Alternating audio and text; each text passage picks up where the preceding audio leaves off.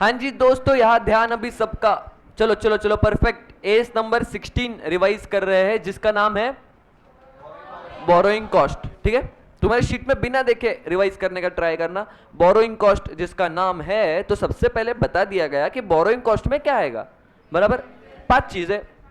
सिर्फ इंटरेस्ट नहीं, इंटरेस्ट फिर और अमोर्टाइजेशन ऑफ डिस्काउंट या प्रीमियम, और finance charges on finance lease, और एंसिलरी कॉस्ट जैसे प्रोसेसिंग फीस हो गया, है ना, ऐसे कमीशन हो गया जो लोन पे देने के लिए जरूरी है, तो इसको भी हम बोरोइंग कॉस्ट मानेंगे। और लास्ट और most important, exchange difference with star. अब ये स्टार क्या बोलता है कि एक्सचेंज डिफरेंस, एक्सचेंज लॉस कुछ होगा तो हम उसको तुम्हें बोरोइंग कॉस्ट मानने देंगे। एक्सचेंज गेन का क्या करेंगे, पीएनएल में डालेंगे। एक्सचेंज गेन कुछ होगा तो वो तो पीएनएल में ही जाएगा, लेकिन अगर एक्सचेंज लॉस हो तो एक्सचेंज लॉस के केस में तुम उसको बोरोइंग कॉस्ट मानने देंगे। पर कितना? Lower of following. Lower of following किसका लोअर?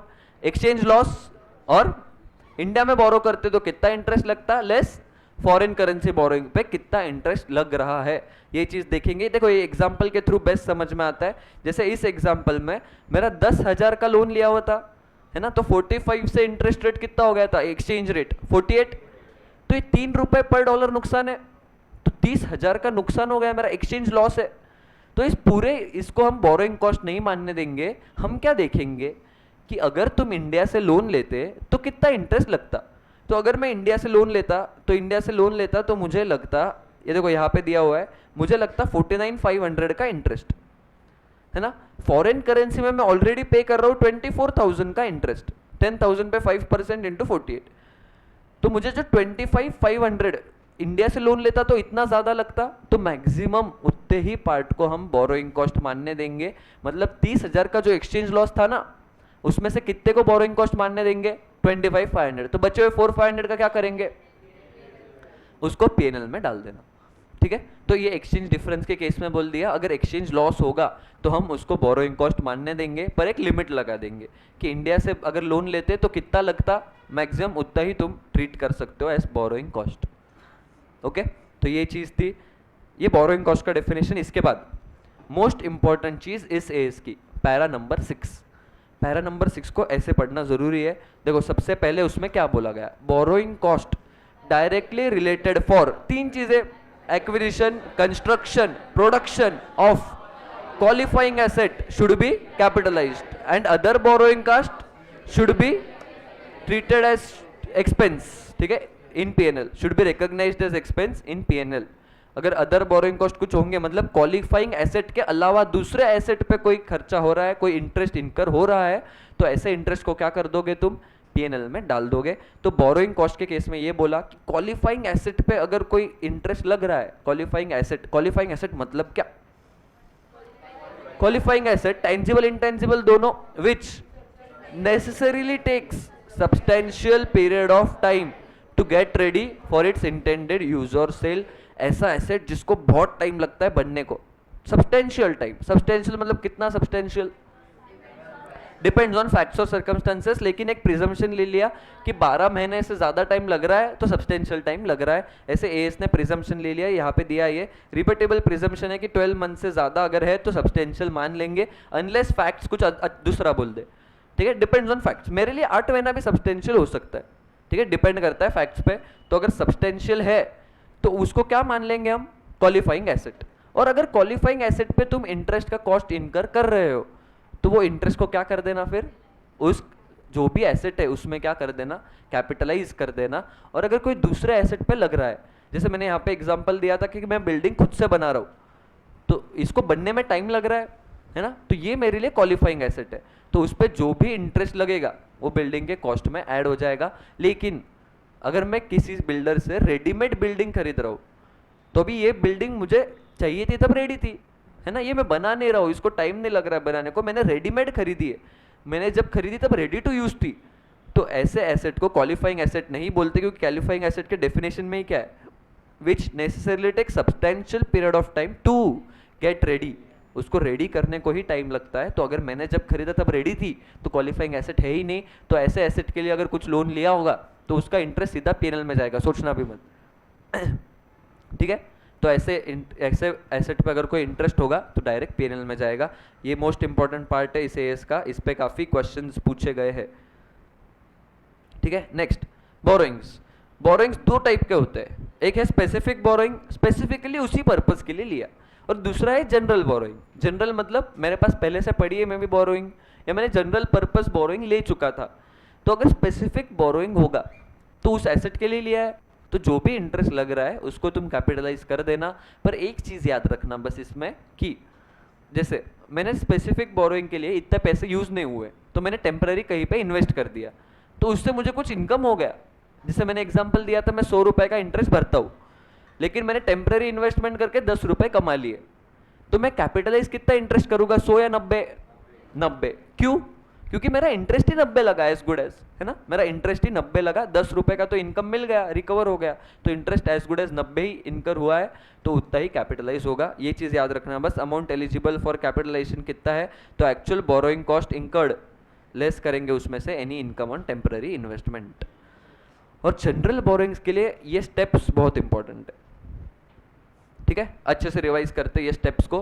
देखो स्टेप्स में क्या बोला गया है, स्टेप्स में बोला गया है, ठीक है, ध्यान देना, यहाँ पे इंपॉर्टेंट चीज़ है।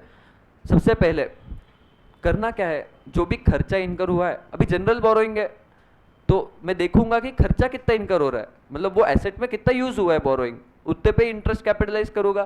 तो मुझे करना क्या है, बेसिकली जो खर्चा किया है इनटू इंटरेस्ट का रेट। पर इसमें वेरिएशन क्या आता है, खर्चा कभी कभी साल के शुरुआत में नहीं लगता है ना, खर्चा ओवर द पीरियड लगता है, मतलब कुछ खर्चा शुरुआत में इनकर हुआ, कुछ साल के बीच में इनकर हुआ, कुछ एंड में हुआ। तो इसीलिए यहाँ पे मुझे जानना जरूरी है कि ये खर्चा साल भर लगता तो कितना लगता, मतलब इसको टाइम का वेट देना जरूरी है। तो इसीलिए ये एक्सपेंडिचर जो भी इनकर हो रहा है इसको क्या करेंगे अपन, टाइम का वेट दे देंगे।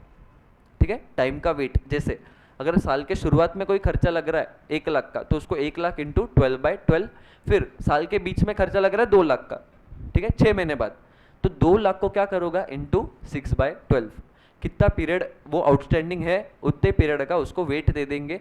तो इस वेट से जो एक्सपेंडिचर आ जाएगा इसको बोलते हैं वेटेड एवरेज एक्सपेंडिचर, और इसका मतलब होता है कि ये एक्सपेंडिचर साल भर आउटस्टैंडिंग था, इतना जो एक्सपेंडिचर है ये साल भर आउटस्टैंडिंग था। तो ये एक्सपेंडिचर पे क्या लगा देंगे, इंटरेस्ट का रेट। पर कभी कभी इंटरेस्ट भी अलग अलग होते हैं, मेरे कुछ बोरोइंग पे ये इंटरेस्ट रेट है, कुछ बोरोइंग पे ये इंटरेस्ट रेट है। तो अगर इंटरेस्ट रेट अलग अलग है तो इंटरेस्ट का भी क्या करना पड़ेगा, वेटेड एवरेज, है ना, इंटरेस्ट का भी वेटेड एवरेज करना पड़ेगा। कैसे निकालेंगे, टोटल इंटरेस्ट, जो भी इंटरेस्ट लग रहा है अपॉन जितना भी लोन मैंने लिया है। इसके लिए मैंने कोई एग्जांपल दिया था,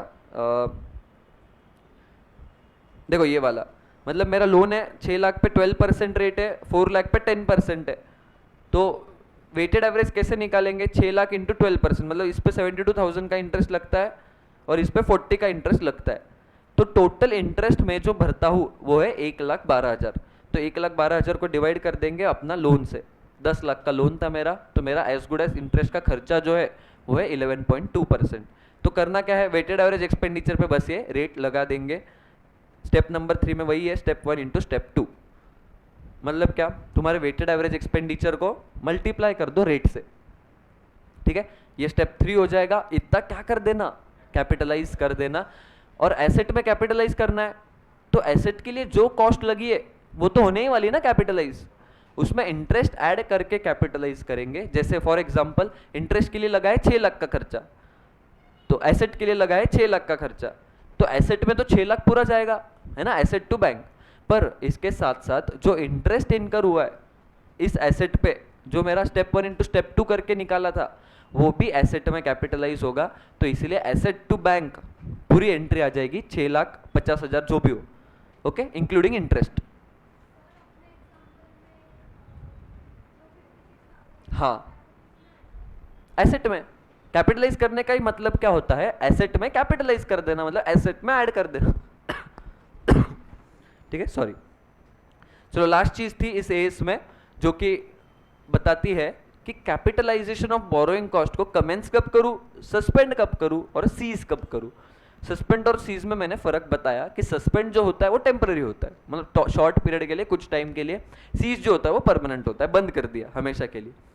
तो सबसे पहले कमेंस कब करना है? अरे कमेंस करने के लिए इंटरेस्ट तो होना चाहिए, है ना? तो एक इंपॉर्टेंट चीज थी कि अगर बोरोइंग कॉस्ट लग रहा है, इंटरेस्ट लग रहा है, तब जाके उसको कैपिटलाइज कर सकते हो। तो एक वो चीज बोरोइंग कॉस्ट इनकर होनी चाहिए। दूसरा, खर्चा इनकर होना चाहिए, तुमने खर्चा किया हुआ होना चाहिए। तो खर्चा किया है एक्चुअल में, तभी जाके हम कैपिटलाइज करने देंगे। और तीसरी चीज, एक्टिविटीज नेसेसरी टू एसेट को रेडी करने के लिए, जो भी एक्टिविटीज नेसेसरी है मेरे इंटेंशन के लिए, उसको रेडी या सेल करने के लिए, रेडी फॉर इंटेंशन मेरा जो भी है, यूज और सेल, तो उसके लिए रेडी करने को जो भी एक्टिविटीज जरूरी है वो एक्टिविटीज चालू है, उस एक्टिविटीज पे काम चालू है। तो इन्होंने एक चीज यहाँ पे बोल दी कि अगर टेक्निकल और एडमिन काम चालू है ना, तो उसको क्या मान लेंगे हम? देखो, they include technical and admin work, activities necessary to prepare asset for its intended use. Activities चालू है, तुमने काम शुरू कर दिया है। पर कभी कभी होता है कि मैंने बिल्डिंग ली, मतलब बिल्डिंग बनाने का काम शुरू किया है, पर शुरू में टेक्निकल एडमिन काम चालू है। थोड़ा लैंड को गिनेंगे हम, इतना खुदाई कर सकते हैं, फिर इतना बेस बनेगा, इतना थोड़ा टेक्निकल एडमिन काम चालू है। तो हम मान लेंगे कि काम चालू हो गया है, एक्टिविटीज चालू हो गई है, तो कैपिटलाइजेशन शुरू कर देना।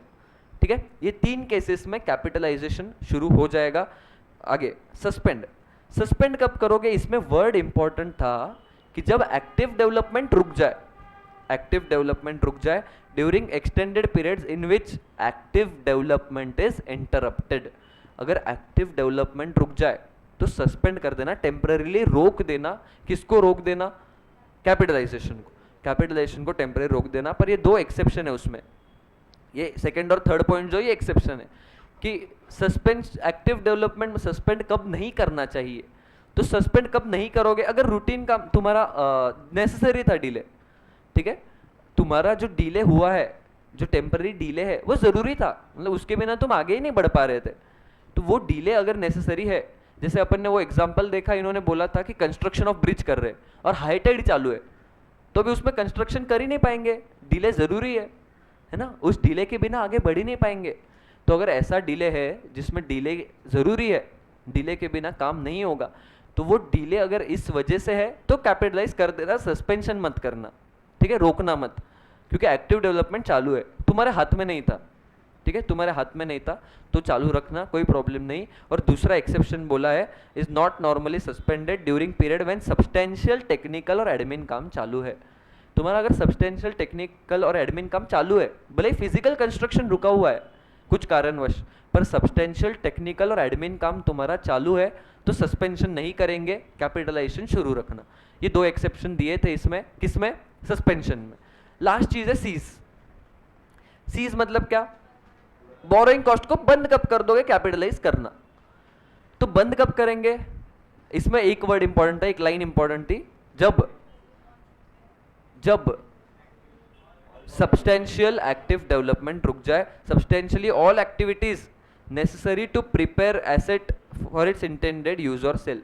सब्सटेंशियल जो भी एक्टिविटीज जरूरी थी उसको प्रिपेयर करने के लिए, उसके यूज के लिए और सेल के लिए, वो एक्टिविटीज कंप्लीट हो चुकी है, ठीक है। सब्सटेंशियल एक्टिविटीज, सारे नहीं बोले, मेन एक्टिविटीज, सब्सटेंशियल एक्टिविटीज अगर कंप्लीट हो चुके हैं तो क्या कर देना, इसको सीज कर देना, रोक देना कैपिटलाइजेशन को।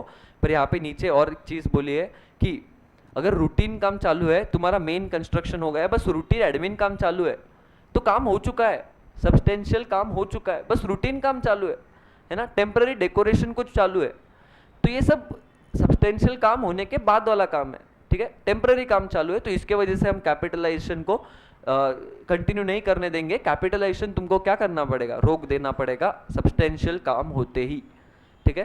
तो ये तीनों चीज थी, कमेंसमेंट, सस्पेंशन और सीसेशन। यस,